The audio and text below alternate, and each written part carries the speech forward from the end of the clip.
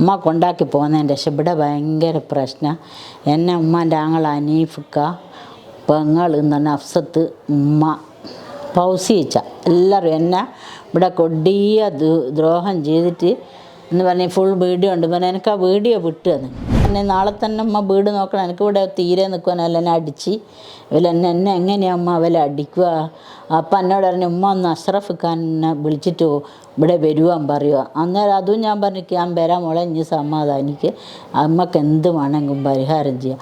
എന്നെ ഇവർ വല്ലാണ്ട് ശത്രുത്വം ചെയ്ത് കൊല്ലുന്ന എൻ്റെ മേലെ അടിച്ച് കൊല്ലുവാൻ നോക്കും. എന്നിൽ എന്നെ നേരം വെളുക്കുന്നവരെ ഞാനിവിടെ ഉണ്ട്.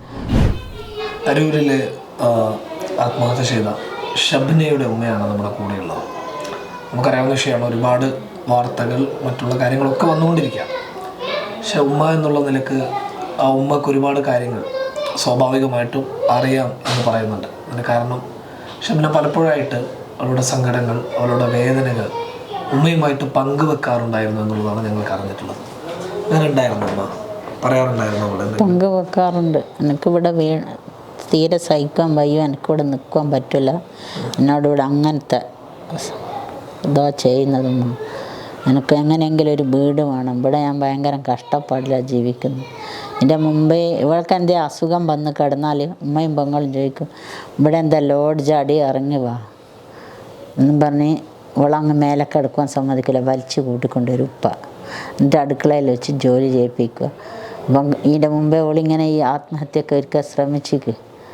അവിടുന്ന് ഇവളെ ഇടങ്ങാറാക്കിയിട്ട് എന്നെ ഇവിടെ അസുഖമായിട്ട് കിടക്കാൻ പോലും സമ്മതിക്കുന്നില്ല, അമ്മ ഞാൻ എനിക്ക് ഇവരോട് ജീവിക്കാൻ പറ്റുന്നില്ല. അപ്പം ഞാൻ പറഞ്ഞു മോളിങ്ങ് പോരി. അപ്പം ഓള് പറയും ഉമ്മ ഇങ്ങനെ വന്നാൽ ഇവിടെ അവൾ കല്യാണം കഴിഞ്ഞിട്ട് ഇവിടെ ഉണ്ടായാൽ 10 കൊല്ലം ഓൻ പോയാൽ അവിടുത്തെ പീഡനം സഹിക്കാണ്ടായിട്ട് ഓൾ ഇങ്ങ് വരുത്താൻ എൻ്റെ കൂടെ.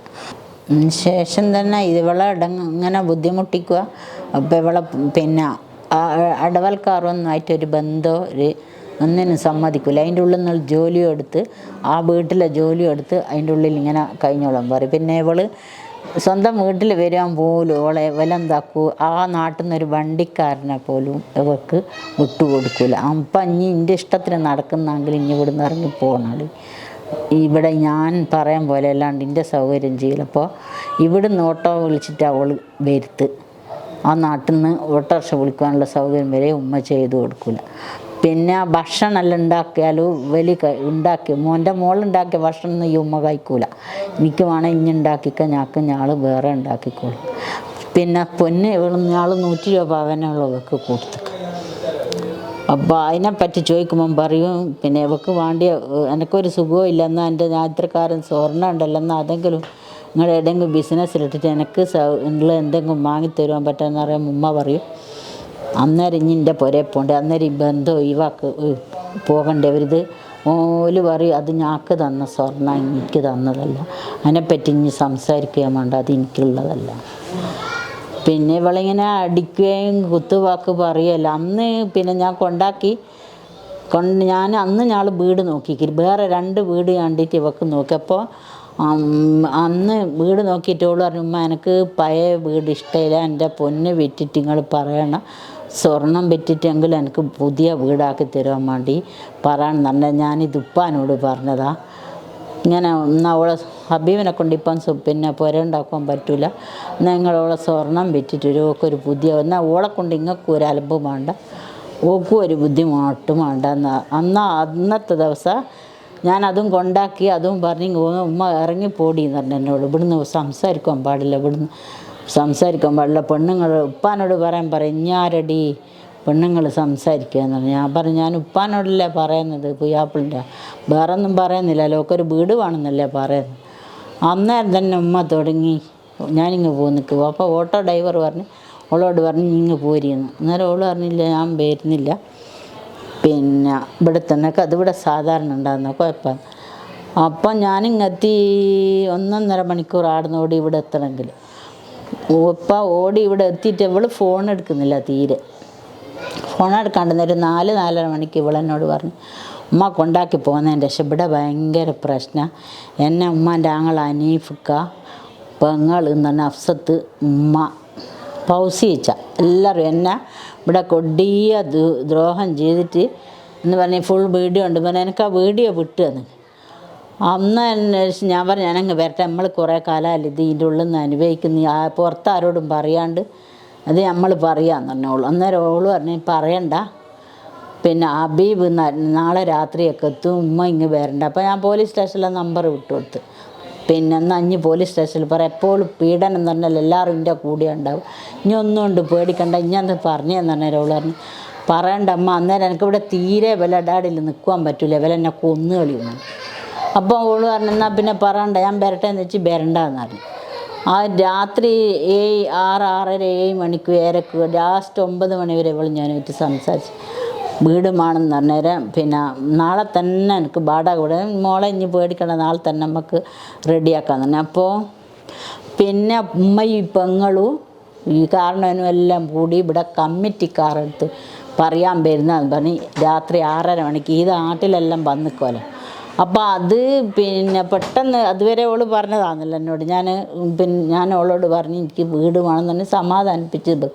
അപ്പോൾ ഇവിടെ വന്ന് എന്ന് പറഞ്ഞൊരു ടെൻഷനോളെ വല്ലാണ്ട് ആ സ്പോട്ടിലോളാക്കി കളഞ്ഞു. അതുവരെ ഓള് സംസാരിച്ചത് ഇവലെല്ലാം ഇവിടെ കമ്മിറ്റിക്കാരോട് പറയാൻ വന്നതാണ്. അന്നത്തെ രാത്രി പെട്ടെന്ന് നോക്ക് 5 മിനിറ്റ് കൊണ്ടോളം മനസ്സ് മാറി. അത് 9 മണി വരെ ഓള് ഞാനായിട്ട് സംസാരിച്ചത്. അപ്പോൾ ഭർത്താവ് നാളെ രാത്രി വരും ഇത് അറിഞ്ഞിട്ട്, അതുകൊണ്ട് എനിക്ക് പ്രശ്നമില്ലമ്മ, ഓന് വരും, അതുകൊണ്ട് എന്താക്കണ്ട ഉമ്മ ഇങ്ങോട്ട് വരണ്ടെന്ന് പറഞ്ഞിട്ട് ഞാൻ വരട്ടെ എന്ന് ചോദിച്ചിക്ക്. രാത്രി 7 മണി 7:30 ഞാൻ അങ്ങോട്ട് വരാം. പിന്നെ ഇവളെ എപ്പോഴും അവിടെ നിന്ന് കൊടും ക്രൂരതയാണല്ലോ ഇവർ ചെയ്യുന്നത്.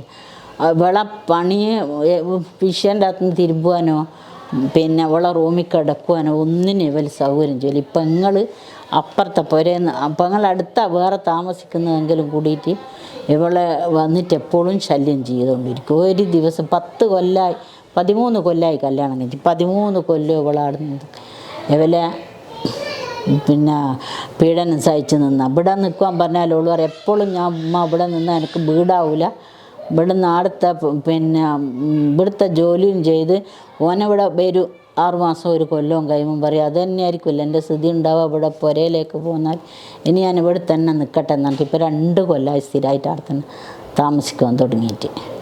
വീട് കിട്ടേണ്ട ആവശ്യത്തിന് അവിടെ ഞാൻ ഇങ്ങ് നിന്നാലും എനിക്ക് വീടുണ്ടാക്കി തരണം എന്നുള്ളൊരു ചിന്ത വരില്ല. എനക്കായിട്ടൊരു വീട് വേണ്ടേ. അങ്ങനെ അതുവരെ ഓള് വിടിയേനും താമസം.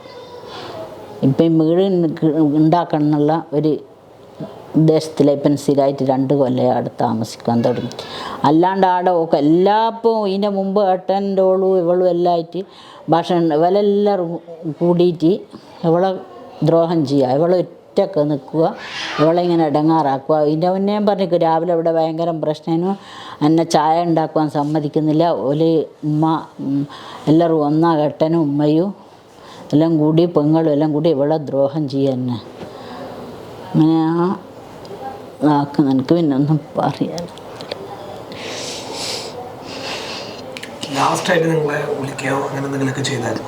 ലാസ്റ്റ് വിളിച്ചതാ എനിക്ക് വീട് വേണമെന്ന് പറഞ്ഞാൽ നാളെ തന്നെ അമ്മ വീട് നോക്കണം, എനിക്കിവിടെ തീരെ നിൽക്കുവാനല്ല എന്നെ അടിച്ച് എന്നെ എങ്ങനെയാണ് അമ്മ അവലെ അടിക്കുക.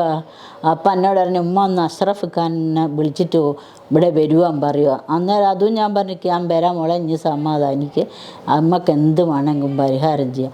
എന്നെ ഇവർ വല്ലാണ്ട് ശത്രുത്വം ചെയ്യുന്ന കൊല്ലുന്ന എൻ്റെ മേലെ അടിച്ച് കൊല്ലുവാൻ നോക്കും. എന്നില്ല എന്നെ നേരം വെളുക്കുന്നവരെ ഞാനിവിടെ ഉണ്ടെങ്കിലും ഉണ്ടായിക്കുന്ന പറയാനുള്ള അത്രയല്ല എന്നോട് ചെയ്യുന്നത്. അപ്പം ഇതെല്ലാം ഞാൻ പറയുമ്പോൾ ഞാനിങ്ങനെ ഇവിടെ സമാധാനിപ്പിക്കും, ഒന്നും അങ്ങനത്തെ ഒന്നും ചിന്തിക്കണ്ട, എനിക്ക് നല്ലത് തന്നെ വരും. ഞാൻ നല്ലോണം സമാധാനിപ്പിച്ച് 9 മണിയായാലും അവൾ ഇവിടെ ആൾ വന്നിക്കെന്ന് പറഞ്ഞേരെ കമ്മിറ്റിക്കാരോട് പറയാൻ ആൾ വന്നിക്കെന്ന് പറഞ്ഞു. അന്നതിൻ്റെ ശേഷം ഓനാലോളോട് പറഞ്ഞത് ഇങ്ങനെ ആൾ വന്നിട്ടുണ്ട്, അനീഫിക്കയും പെങ്ങളും ഉമ്മയിലുണ്ടിൻ്റെ നാട്ടിൽ കമ്മിറ്റിക്കാരോട് പറയാൻ പോയിക്കുന്നു. അന്നതിൻ്റെ ശേഷം അവൾ വാതിലടക്കുന്ന കുറ്റി ഫോണ് കണക്റ്റ് ആവുൻ്റെ CCTVൻ്റെ വാതിലടക്കുന്ന സൗണ്ടും കേട്ടിക്കുന്ന പറഞ്ഞു. അതോടുകൂടി പിന്നെ ഫോൺ എടുക്കുന്നില്ല. എന്നെ ഇതെല്ലാം കഴിഞ്ഞൊരു 10:30 വാപ്പ വിളിക്കുന്നത്.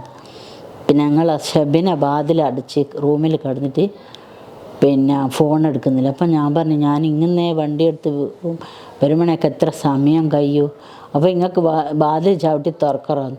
എന്നിട്ടൊന്നുമില്ല നിങ്ങൾ വന്നാലാ തുറക്കുമെന്ന് പറഞ്ഞു. ഞാളിതൊന്നും പ്രതീക്ഷിക്കുന്നില്ലല്ലോ, ഇങ്ങനത്തെ ഒരു സംസാരം ഉള്ളതിൽ നിന്ന് ഉണ്ടായിട്ടില്ലല്ലോ, ഞാൻ മരിച്ചു കളിയുന്നെന്നുള്ളത്. അപ്പം പെട്ടെന്ന് ആ സമയം ഇവലെന്താ ഉളച്ചെയ്തെന്നാ തിരിയാത്ത അതുവരെ സംസാരിച്ചത്. അത് 5 മിനിറ്റിൻ്റെ ഒരു അരമണിക്കൂറിൻ്റെ ഇടയിൽ ഇവളെ എന്ത് നാടാ ഇവൽ ചെയ്തത് പെട്ടെന്ന് തിരിയാത്ത എന്ത് ക്രൂരത അവിടെ കാണിച്ചത്.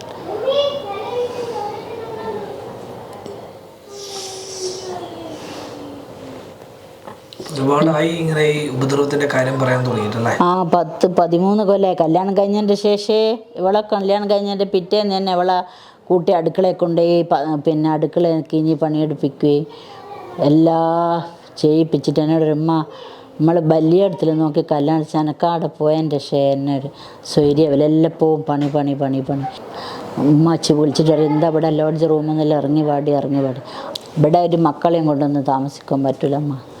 ഞാൻ പറയും ഇതെന്താ ഷെബിന എനിക്ക് കുട്ടികളെ ഒന്നാ മോളെ ഇതിലമ്മ ഇവിടെ ഒന്നിനെയും കൊണ്ട് തന്നെ ആകുന്നില്ല, ഇനിയല്ല 2 ഇവിടെ നിൽക്കുവാൻ പറഞ്ഞാൽ അവൾ ഇതാ പറയുക ഞാൻ കുറേ കാലമായില്ലേ നിൽക്കുന്നു ഇടയ്ക്കെല്ലാം അധികം ഞാൻ ആരൂരിൽ തന്നെ എല്ലാം ഉണ്ടായാലേ ഇനി ഇങ്ങനെ നിന്നാൽ എനിക്ക് വീടൊന്നും ഉണ്ടാവില്ലല്ലോ. ഓല് വിചാരിക്കും പിന്നെ അങ്ങല്ലേ പിന്നെ എന്നെ ഓല് എൻ്റെ പുരയിലല്ലേ ഉണ്ടാകുന്നത്, പിന്നെ ഓലിക്കൊരു വീടിനെ പറ്റിയിട്ടൊന്നും എനിക്ക് ഉള്ളൊരു ചിന്ത വരില്ല. അതുകൊണ്ടാണ് ഇപ്പം സ്ഥിരമായിട്ട് കൊറോണയ്ക്ക് ശേഷം അങ്ങ് താമസിക്കാൻ തുടങ്ങിയത്. സ്ഥിരമായിട്ട്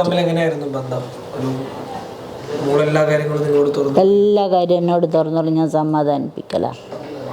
നല്ല ബന്ധമാണ് ഞാളുമായിട്ട്. ഓക്ക് എന്തിനും സമാധാനവും എന്തിനും താങ്ങും തണലുമായിട്ട് എല്ലാത്തിനും ഞാനുള്ളതാണ്.